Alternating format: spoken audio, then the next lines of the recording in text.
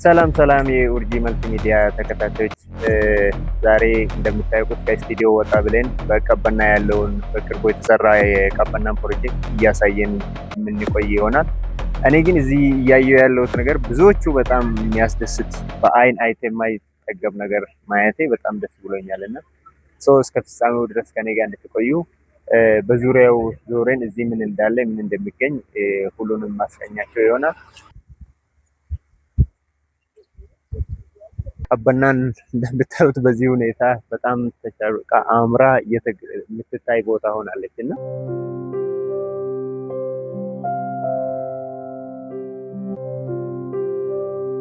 ይሄ ድልድዩ ነው። አሁን ቢቹ ላይ ነው ያለነው እና ድልድዩ ከጀርባ በጣም የሚያምር ነገር መሆኑ ነው የምታዩት። እና እኔ የኡርጂ መልቲሚዲያ ተከታታዮችን እንዴት ነው ይሄ ቦታ መታችሁ ማየት ማድነቅ ያለ ነገር ነው እና እኔ እውነቴን ነው ይሄን እጅ የሰራ በኢትዮጵያውያን እጅ ነው የተሰራ።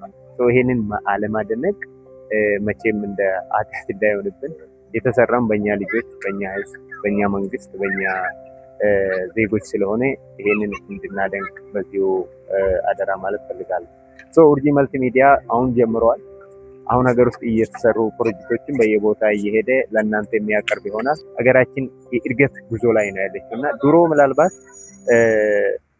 አይ ነው ሰው ስራ ሲሰራ ብዙ ጥፋቶችን ሊኖር ይችላል እና ጥፋቶችን ደግሞ ስኬቶችንም ብናይ ጥሩ ነው። ነገ ይዞ የሚመጣ ምንድን ነው የሚለውን ማሰብ ጥሩ ነው። ምናልባት ድሮ አቅም ያለው ሰው ወደ ዱባይ ወደ ሌላ ሀገር ሄዶ ለጉብኝት እንዲህ አይነት ወንዞች ላይ ለመሳተፍ እንዲህ አይነት ወንዞች ላይ ሄዶ ለመዝናናት ብዙ ብር ከፍለ ትኬት ቆርጠ መሄድ ሊኖርብህ ይችላል።